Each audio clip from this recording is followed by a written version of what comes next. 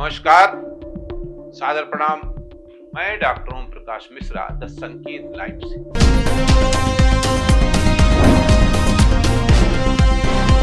आज हम बात करेंगे लोकतांत्रिक पद्धति की और इसके साथ ये भी बताने का प्रयास करेंगे कि लोकतंत्र क्यों आवश्यक है। लोकतांत्रिक व्यवस्था के द्वारा किस तरह हम एक बेहतर समाज तथा बेहतर राष्ट्र की अवधारणा को पूरा कर सकते हैं। आज इस तरह की बातें करने की आवश्यकता इसलिए महसूस हो रही है क्योंकि अब शासक तानाशाह बनने का ताना बाना बहुत जल्दी बुनना शुरू कर देते हैं। राजाओं, सामंतों की सनक और तानाशाही के जवाब के तौर पर दुनिया ने लोकतंत्र की अवधारणा गढ़ी व स्वीकार की। अभी तक शासन का इससे बेहतर कोई विकल्प नहीं मिल सका है। दुनिया के ज्यादातर देशों के बासिंदों की स्वाभाविक चाहत यही शासन पद्धति है, यानी लोकतांत्रिक व्यवस्था। खासकर Kim Jong Un, Xi Jinping, Vladimir Putin और बशर अल असद जैसों के शासन को देखने के बाद लोकतांत्रिक व्यवस्था के प्रति आकर्षण और बढ़ जाता है। दुनिया में 167 देशों ने इस शासन प्रणाली को अपनाया है। हालांकि उनके रूप भिन्न भिन्न है, मगर ये चिंता की बात है कि 21वीं सदी के तीसरे दशक में पहुंचकर भी बहुत कम देश हैं जिन्होंने पूर्ण लोकतांत्रिक व्यवस्था कायम करने या पूर्ण लोकतंत्र स्थापित करने में सफलता पाई है। डेमोक्रेसी इंडेक्स 2024 के मुताबिक इस समय सिर्फ 24 देशों में पूर्ण लोकतंत्र कायम है। इनमें ज्यादातर यूरोप के देश हैं। हमारे साथ आजाद हुए दक्षिण कोरिया ने भी इस उपलब्धि को हासिल किया है। शायद इसलिए पिछले दिनों जब वहां के राष्ट्रपति यून सुक एओल ने मार्शल लॉ थोपा तो खुद उनकी पार्टी के लोग विरोध में उतर आए और चंद घंटों के भीतर उन्हें न सिर्फ अपने आदेश को वापस लेना पड़ा बल्कि पूरे राष्ट्र से माफी मांगनी पड़ी। निस्संदेह ये लोकतंत्र की जीत है। आज सीरिया के मुकाबले दक्षिण कोरिया को देखें तो स्पष्ट हो जाएगा कि लोकतंत्र इंसानियत को मिला कितना बड़ा उपहार है। बशर अल असद जैसे लोगों का सच्चा जवाब पूर्ण लोकतंत्र ही है। इसलिए जिन देशों ने अभी इसे हासिल नहीं किया है, इसमें हमारा देश भारत भी शामिल है।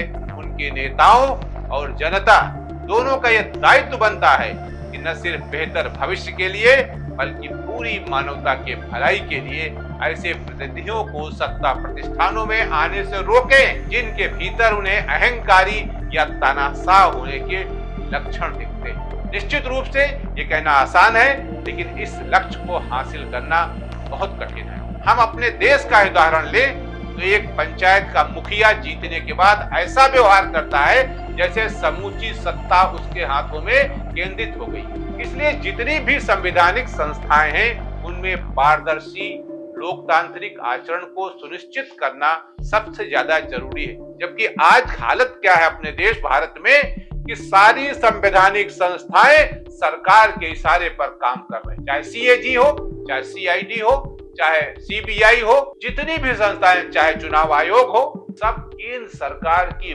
मंशा के अनुरूप ही काम कर सरकार को ये दिखाना चाहती हैं और बताना चाहती हैं कि हम आपके साथ। आज जिस तरह राज्यसभा में पिछले एक हफ्तों से खेल चल रहा है, सभापति के खिलाफ अविश्वास प्रस्ताव तक लाया गया है। हम सब जानते हैं कि अविश्वास प्रस्ताव पास नहीं हो सकता, नहीं हो पाएगा, क्योंकि उसमें कई बाध्यताएं हैं। तब 60 लोगों ने उस पर हस्ताक्षर किए, 60 राज्यसभा के संसद सदस्यों ने, लेकिन इसके अलावा भी लंबा उसका प्रोसीजर है कि आप हो, फिर इसके बाद लोकसभा में जाएगा, लोकसभा पास करे, आफ्टर दैट कुछ हो पाता है। लेकिन सवाल जो विपक्ष ने ये अविश्वास प्रस्ताव लेके आया, उसका मतलब उनको हटाना नहीं है धनखड़ जी को, जो भारत के उपराष्ट्रपति हैं या राज्यसभा के सभापति, बल्कि ये बताना है, ये जताना है कि हम ऐसा भी कर सकते हैं। आज शुक्रवार है। आज जिस तरह राज्यसभा में विपक्ष के नेता खड़गे जी और राज्यसभा के सभापति के बीच हाथ टाक हुई है, वो ये बताता है कि विपक्ष हद दर्जे पर आने को तैयार है। Sir, the chairman who is not respecting me, how can I respect you? You are insulting me. The house is standing. क्योंकि आप जब बोलने नहीं दोगे, आप किसी की सुनो नहीं। सांसदों का आरोप है कि 35 मिनट तो आप अपना व्याख्यान देते हो। क्वेश्चन आवर हो कब, बात कब की जाए, सवाल कब रखे जाए। क्योंकि आप तो भारतीय जनता पार्टी के एकलव्य बनकर मुगल गार्डन की सैर करना चाहते हैं, जो अंदर की बात की है। इसलिए अधिकार संपन्न पदाधिकारियों पर नियम कायदों के चाबुक चलते रहने चाहिए। विपक्ष इसीलिए है। आज लोकसभा में प्रियंका गांधी ने जिस तरह संविधान को लेकर बात की, जब संविधान पर बहस चल रही थी, तो उन्होंने बताया है कि आप ये कब तक सन 75 वाला मुद्दा उठाते रहोगे। आप खुद तो बताओ कि आपने 10 वर्षों में किया क्या है। किसानों की आमदनी को डबल कर दिया, 2 करोड़ लोगों को नौकरियां दे दी। इन पर भी कभी कभी चर्चा कर लीजिए। खाली यही गाते रहने से इंदिरा गांधी ने इमरजेंसी लगाई थी, लोकतंत्र का गला घोट दिया था। इससे खाली काम नहीं चलने वाला। लोकतंत्र की जीवंतता के लिए बहुत जरूरी है। गौर कीजिए, दक्षिण कोरियाई राष्ट्रपति को माफी मांगने के बाद भी महाभियोग का सामना करना पड़ा है। कहीं ऐसा भी भारत में न होने आ पाए। इसके लिए भारत के सत्ता पक्ष और विपक्ष दोनों से ये निवेदन है, ये अनुरोध है कि लोकतंत्र का सम्मान, लोकतंत्र की गरिमा बनाए रखें। यही आवश्यक है। आज के लिए इतना ही। नमस्कार।